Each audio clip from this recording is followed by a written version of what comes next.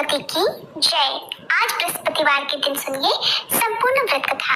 पौराणिक कथा के अनुसार प्राचीन समय की बात है। एक बड़ा प्रतापी और दानी राजा था। वह प्रत्येक गुरुवार को व्रत रखता और पूजा किया करता। ये बात उसकी रानी को अच्छी नहीं लगती। न वह व्रत करती और न ही किसी को एक भी पैसा दान में देती, और राजा को भी ऐसा करने से मना किया करती। एक समय की बात है कि राजा शिकार खेलने वन को चले गए। घर पर रानी और दासी अकेली थी। उसी समय गुरु बृहस्पति साधु का रूप धारण कर राजा के दरवाजे पर भिक्षा मांगने गए। साधु ने रानी से भिक्षा मांगी, तब वह कहने लगी, हे साधु महाराज, मैं तो इस दान और पुण्य से तंग आ गई हूँ। आप कोई ऐसा उपाय बताइए जिससे ये सारा धन नष्ट हो जाए और मैं आराम से रह सकूं। तब साधु रूपी बृहस्पति देव कहने लगे, हे देवी, तुम बड़ी विचित्र हो। संतान और धन से भी कोई दुखी होता है। अगर तुम्हारे पास धन अधिक है तो इसे शुभ कार्यों में लगाओ, जिससे तुम्हारे दोनों लोग सुधरे।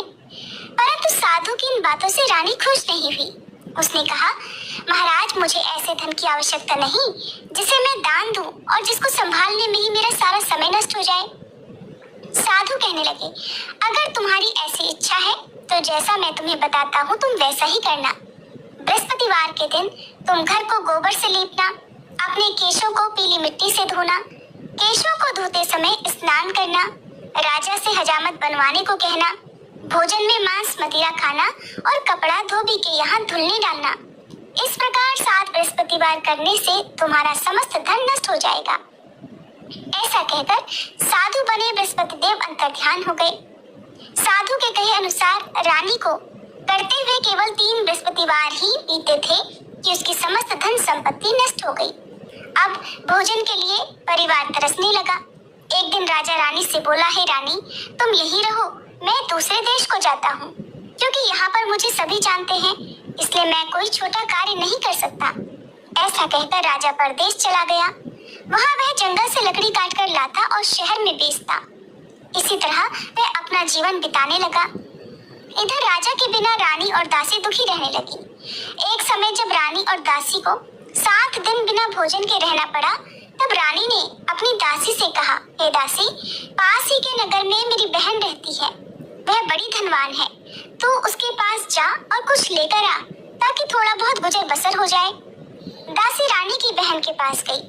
उस दिन बृहस्पतिवार था। रानी की बहन उस समय बृहस्पतिवार की कथा सुन रही थी। दासी ने रानी की बहन को अपनी रानी का संदेश दिया, लेकिन रानी की बहन ने कोई उत्तर नहीं दिया। जब दासी को रानी की बहन से कोई उत्तर नहीं मिला तो वह बहुत दुखी हुई। उसे क्रोध भी आया। दासी ने वापस आकर रानी को सारी बात बताई। सुनकर रानी ने अपने भाग्य को कोसा।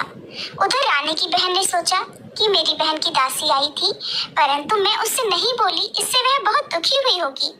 कथा सुनकर और पूजन समाप्त कर वह अपनी बहन के घर गई और कहने लगी, हे बहन, मैं बृहस्पतिवार का व्रत कर रही थी। तुम्हारी दासी गई, परंतु जब तक कथा होती है तब तक ना उठते हैं ना बोलते हैं, इसलिए मैं नहीं बोली। कहो दासी क्यों गई थी? तब रानी कहने लगी, बहन, हमारे घर अनाज नहीं था। ऐसा कहते कहते रानी की आंखें भर आईं।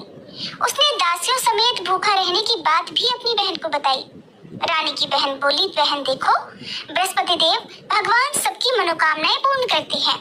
देखो, शायद तुम्हारे घर में अनाज रखा हो। ये सुनकर दासी घर के अंदर गई तो वहाँ उसे एक घड़ा अनाज का भरा मिल गया। उसे बड़ी हैरानी हुई, क्योंकि उसने तो एक एक बर्तन देख लिया था। उसने बाहर आकर रानी को बताया। दासी रानी से कहने लगी, हे रानी, जब हमको भोजन नहीं मिलता तो हम व्रत ही तो करते हैं, इसलिए क्यों ना इनसे व्रत और कथा की विधि पूछ ली जाए, हम भी व्रत किया करेंगे। दासी के कहने पर रानी ने अपनी बहन से बृहस्पतिवार व्रत के बारे में पूछा। उसकी बहन ने बताया, बृहस्पतिवार के व्रत में चने की दाल और मुनक्का से विष्णु भगवान का केले की जड़ में पूजन करें और दीपक जलाएं, पीला भोजन करें और कथा सुने। इससे बृहस्पति देव भगवान प्रसन्न होते हैं और मनोकामना पूर्ण करते हैं। व्रत और पूजन की विधि बताकर रानी की बहन अपने घर लौट आई। रानी और दासी दोनों ने निश्चय किया कि बृहस्पति देव भगवान का पूजन जरूर करेंगे। 7 रोज बाद जब बृहस्पतिवार आया तब उन्होंने व्रत रखा। गुड़साल में जाकर चना और गुड़ बीन लाई और उसकी दाल से केले की जड़ तथा विष्णु भगवान का पूजन किया। अब पीला भोजन कहाँ से आए? दोनों बड़ी दुखी हुई। परंतु उन्होंने व्रत किया था, इसलिए बृहस्पति देव भगवान प्रसन्न थे। एक साधारण व्यक्ति के रूप में वे 2 थालों में सुंदर पीला भोजन लेकर आए और दासी को देकर बोले, हे दासी, ये भोजन तुम्हारे और तुम्हारी रानी के लिए है, इसे तुम दोनों ग्रहण करना। दासी भोजन पाकर बहुत प्रसन्न हुई। उसने रानी को सारी बात बताई। उसके बाद से वे प्रत्येक बृहस्पतिवार को गुरु भगवान का व्रत और पूजन करने लगी। बृहस्पति भगवान की कृपा से उनके पास धन हो गया, परंतु रानी फिर पहले की तरह आलस करने लगी। तब दासी बोली, देखो रानी, तुम पहले भी इसी प्रकार आलस करती थी। तुम्हें धन रखने में कष्ट होता था, इसी कारण सभी धन नष्ट हो गया। अब बृहस्पति देव भगवान की कृपा से धन मिला है तो तुम्हें फिर आलस होता है। बड़ी मुसीबतों के बाद हमने ये धन पाया है, इसलिए हमें अब दान पुण्य करना चाहिए। अब तुम भूखे मनुष्यों को भोजन कराओ, प्याऊ लगवाओ, ब्राह्मणों को दान दो, कुआं, तालाब, बावड़ी आदि का निर्माण कराओ, मंदिर पाठशाला बनवाकर ज्ञान दान दो, कुंवारी कन्याओं का विवाह करवाओ, अर्थात धन को शुभ कार्यों में खर्च करो, जिससे तुम्हारे कुल का यश बढ़े तथा स्वर्ग प्राप्त और पितर प्रसन्न हो। तब दासी की बात मानकर रानी शुभ कर्म करने लगी, जिससे उसका यश फैलने लगा। एक दिन रानी और दासी आपस में विचार करने लगी कि न जाने राजा किस दशा में होंगे। उनकी कोई खोज खबर भी नहीं है।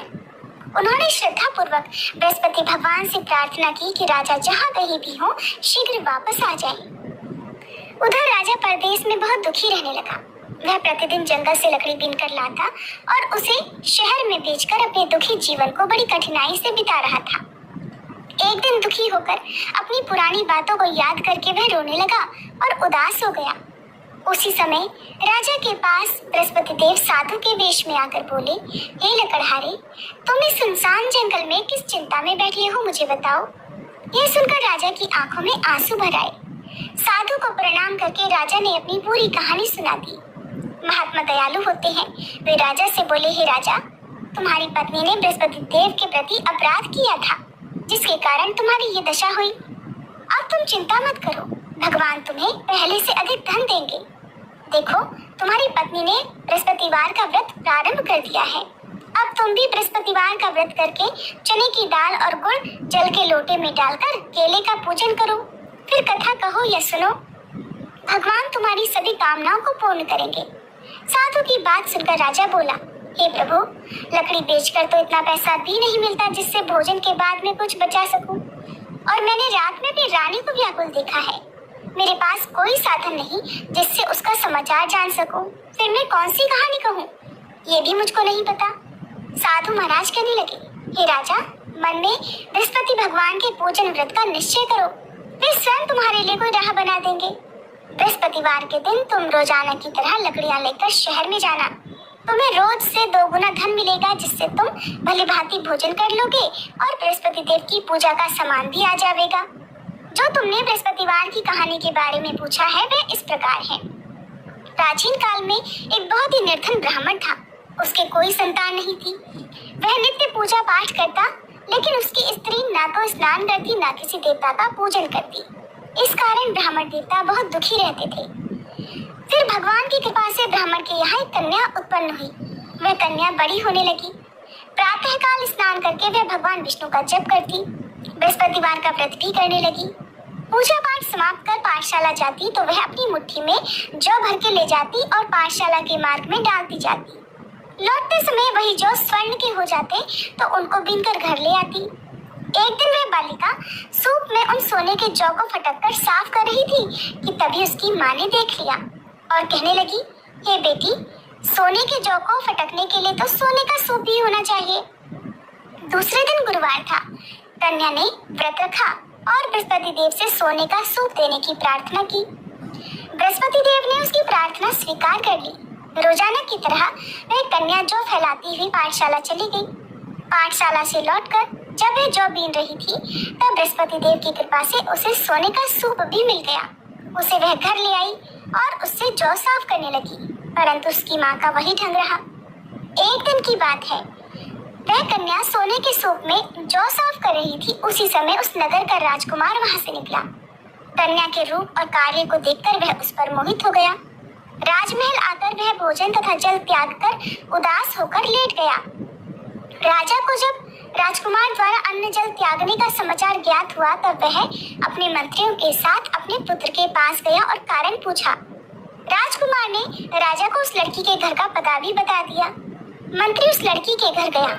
मंत्री ने ब्राह्मण के समक्ष राजा की ओर से निवेदन किया और कुछ ही समय बाद ब्राह्मण की कन्या का विवाह राजकुमार के साथ संपन्न हो गया। कन्या के घर से जाते ही ब्राह्मण देवता के घर में पहले की तरह गरीबी का निवास हो गया। एक दिन दुखी होकर ब्राह्मण अपनी पुत्री से मिलने गए। बेटी ने पिता की दुखी अवस्था को देखा और अपनी माँ का हाल पूछा। ब्राह्मण देवता ने सभी हाल कह सुनाया।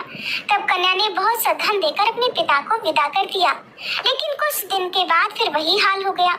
ब्राह्मण फिर अपनी कन्या के यहाँ गया और सभी हाल कहा तो पुत्री बोली, हे पिताजी, आप माता जी को यहाँ लेवा लाओ, मैं उन्हें वह विधि बता दूंगी जिससे गरीबी दूर हो जाए। ब्राह्मण देवता अपनी पत्नी को साथ लेकर अपनी पुत्री के पास राजमहल पहुँचे। तब पुत्री अपनी माँ को समझाने लगी, हे माँ, तुम प्रातःकाल स्नान आदि करके विष्णु भगवान का पूजन करो तो सब दरिद्रता दूर हो जाएगी। परंतु उसकी माँ ने उसकी एक बात भी नहीं मानी। वह प्रातःकाल उठकर अपनी पुत्री की बची जूठन को खा लेती थी। एक दिन उसकी पुत्री को बहुत गुस्सा आया। उसने अपनी माँ को एक कोठरी में बंद कर दिया। प्रातः उसे स्नान आदि करा के पूजा पाठ करवाया तो उसकी माँ की बुद्धि ठीक हो गई। इसके बाद वह नियम से पूजा पाठ करने लगी और प्रत्येक बृहस्पतिवार को व्रत भी रखने लगी। इस व्रत के प्रभाव से मृत्यु के बाद वह स्वर्ग को गई। वह ब्राह्मण देवता भी सुखपूर्वक इस लोक का सुख भोगकर स्वर्ग को प्राप्त हुए। इस तरह कहानी कहकर साधु बने देवता वहां से आलोप हो गए। धीरे धीरे समय बीतने पर फिर बृहस्पतिवार का दिन आया। राजा जंगल से लकड़ी काटकर शहर में बेचने गया। उसे उस दिन और दिनों से अधिक धन मिला। राजा ने चना गुड़ आदि लाकर बृहस्पतिवार का व्रत किया। उस दिन से उसके सभी क्लेश दूर हुए। परंतु जब अगले गुरुवार का दिन आया तो वह बृहस्पतिवार का व्रत करना भूल गया। इसी कारण बृहस्पति भगवान नाराज हो गए। उस दिन उस नगर के राजा ने विशाल यज्ञ का आयोजन किया था तथा अपने समस्त राज्य में घोषणा करवा दी कि सभी मेरे यहाँ भोजन करने आए। किसी के घर चूल्हा न जले और इस आज्ञा को जो न मानेगा उसको फांसी की सजा दी जाएगी। राजा की आज्ञा अनुसार राज्य के सभी निवासी राजा के भोज में सम्मिलित हुए, लेकिन लकड़हारा कुछ देर से पहुंचा, इसलिए राजा उसको अपने साथ महल में ले गए। जब राजा लकड़हारे को भोजन करा रहे थे तब रानी की दृष्टि उस खूंटी पर पड़ी जिस पर उसका हार लटका हुआ था। उसे हार खूंटी पर लटका दिखाई नहीं दिया। रानी को निश्चय हो गया कि मेरा हार इसी लकड़हारे ने चुरा लिया है। उसी समय सैनिकों को बुलवाकर उसको जेल में डलवा दिया। अब लकड़हारा जेल में विचार करने लगा कि न जाने कौन से पूर्व जन्म के कर्म से मुझे ये दुख प्राप्त हुआ है, और जंगल में मिले साधु को याद करने लगा। तत्काल बृहस्पति देव साधु के रूप में प्रकट हो गए और कहने लगे, अरे मूर्ख, तूने बृहस्पति देवता की कथा नहीं की, उसी कारण तुझे ये दुख प्राप्त हुआ है। अब चिंता मत कर, बृहस्पतिवार के दिन जेल खाने के दरवाजे पर तुझे 4 पैसे पड़े मिलेंगे। उनसे तू बृहस्पतिवार की पूजा करना तो तेरे सभी कष्ट दूर हो जाएंगे। अगले बृहस्पतिवार उसे जेल के द्वार पर 4 पैसे मिले। राजा ने पूजा का सामान मंगाकर कथा कही और प्रसाद बांटा। उसी रात में बृहस्पति देव ने उस नगर के राजा को स्वप्न में कहा, हे राजा, तूने जिसे जेल में बंद किया है उसे कल छोड़ देना, वह निर्दोष है। राजा प्रातःकाल उठा और खूंटी पर हार टंगा देखकर लकड़हारे को बुलाकर क्षमा मांगी तथा राजा के योग्य सुंदर वस्त्र आभूषण भेंटकर उसे विदा किया। गुरुदेव की आज्ञा के अनुसार राजा अब अपने नगर को चल दिया। राजा जब नगर के निकट पहुंचा तो उसे बड़ा ही आश्चर्य हुआ। नगर में पहले से अधिक बाग, तालाब और कुएं तथा बहुत सी धर्मशालाएं, मंदिर आदि बने हुए थे। राजा ने पूछा, ये किसका बाग और धर्मशाला है? तब नगर के सभी लोग कहने लगे, ये सब रानी और दासी द्वारा बनवाए गए हैं। राजा को आश्चर्य हुआ और गुस्सा भी आया कि उसकी अनुपस्थिति में रानी के पास धन कहाँ से आया होगा। उधर जब रानी ने ये खबर सुनी कि राजा आ रहे हैं तो उसने अपनी दासी से कहा, हे दासी, देख, राजा हमको कितनी बुरी हालत में छोड़ गए थे। वो हमारी ऐसी हालत देखकर लौट न जाए, इसलिए तू दरवाजे पर खड़ी हो जा। रानी की आज्ञा अनुसार दासी दरवाजे पर खड़ी हो गई और जब राजा आए तो उन्हें अपने साथ महल में लिवा लाई। तब राजा ने क्रोध करके अपनी तलवार निकाली और पूछने लगा, बताओ ये धन तुम्हें कैसे प्राप्त हुआ? तब रानी ने सारी कथा कह सुनाई। राजा ने निश्चय किया कि मैं रोजाना दिन में 3 बार कहानी कहा करूंगा और रोज ही व्रत किया करूंगा। अब हर समय राजा के दुपट्टे में चने की दाल बंधी रहती तथा दिन में 3 बार कथा कहता। एक रोज राजा ने विचार किया कि चलो अपनी बहन के यहाँ हो आए। इस तरह निश्चय करके वह राजा घोड़े पर सवार होकर अपनी बहन के यहाँ चल दिया। मार्ग में उसने देखा कि कुछ आदमी एक मुर्दे को लिए जा रहे हैं। उन्हें रोककर राजा कहने लगा, अरे भाइयों, मेरी बृहस्पतिवार की कथा सुन लो। वे बोले, लो, हमारा तो आदमी मर गया है, इसको अपनी कथा की पड़ी है। परंतु कुछ आदमी बोले, अच्छा कहो, हम तुम्हारी कथा भी सुनेंगे। राजा ने दाल निकाली और अपनी कथा कहनी शुरू कर दी। जब कथा आधी हुई तो मुर्दा हिलने लगा। जब कथा समाप्त हुई तो राम राम करके वह मनुष्य खड़ा हो गया। राजा आगे बढ़ा। उसे चलते चलते शाम हो गई। आगे मार्ग में उसे एक किसान खेत में हल चलाता मिला। राजा ने उससे भी कथा सुनने का आग्रह किया, लेकिन वह नहीं माना। राजा आगे चल पड़ा। राजा के हटते ही बैल पछाड़ खाकर गिर गए और किसान के पेट में बहुत जोर से दर्द होने लगा। उसी समय किसान की माँ रोटी लेकर आई। उसने जब देखा तो अपने पुत्र से सब हाल पूछा। बेटे ने सभी हाल बता दिया। बुढ़िया दौड़ी दौड़ी उस घुड़सवार के पास पहुंची और उससे बोली, मैं तेरी कथा सुनूंगी, तू अपनी कथा मेरे खेत पर ही चलकर कहना। तब राजा ने लौटकर बुढ़िया के खेत पर जाकर कथा कही, जिसके सुनते ही बैल खड़े हो गए तथा किसान के पेट का दर्द भी बंद हो गया। अब राजा अपनी बहन के घर पहुंच गया। बहन ने भाई की खूब मेहमानी की। दूसरे रोज प्रातःकाल राजा जगा तो वह देखने लगा कि सब लोग भोजन कर रहे हैं। राजा ने अपनी बहन से पूछा कि ऐसा कोई मनुष्य है जिसने भोजन ना किया हो, जो मेरी बृहस्पतिवार की कथा सुन ले। तब बहन बोली, है भैया, ये देश ऐसा ही है। यहाँ लोग पहले भोजन करते हैं, बाद में कोई अन्य काम करते हैं। फिर वह एक कुम्हार के घर गई जिसका लड़का बीमार था। उसे मालूम हुआ कि उसके यहाँ 3 दिन से किसी ने भोजन नहीं किया है। रानी ने अपने भाई की कथा सुनने के लिए कुम्हार से कहा, तब वह तैयार हो गया। राजा ने जाकर बृहस्पतिवार की कथा कही, जिसको सुनकर उसका लड़का ठीक हो गया। अब तो राजा की प्रशंसा होने लगी। एक दिन राजा ने अपनी बहन से कहा, बहन, अब मैं अपने घर जाऊंगा, तुम भी तैयार हो जाओ। राजा की बहन ने अपनी सास से अपने भाई के साथ जाने की आज्ञा मांगी। सास बोली, हाँ चली जा, मगर अपने लड़के को मत लेकर जाना, क्योंकि तेरे भाई की कोई संतान नहीं होती है। बहन ने अपने भाई से कहा, हे भैया, मैं तो चलूंगी, मगर कोई बालक नहीं जाएगा। तब राजा कहने लगा कि जब बालक ही नहीं जाएंगे तब तुम भी चलकर क्या करोगी। और अपनी बहन को भी छोड़कर दुखी मन से राजा अपने नगर को लौट आया। राजा ने अपनी रानी से सारी कथा बताई और बिना भोजन किए वह शैया पर लेट गया।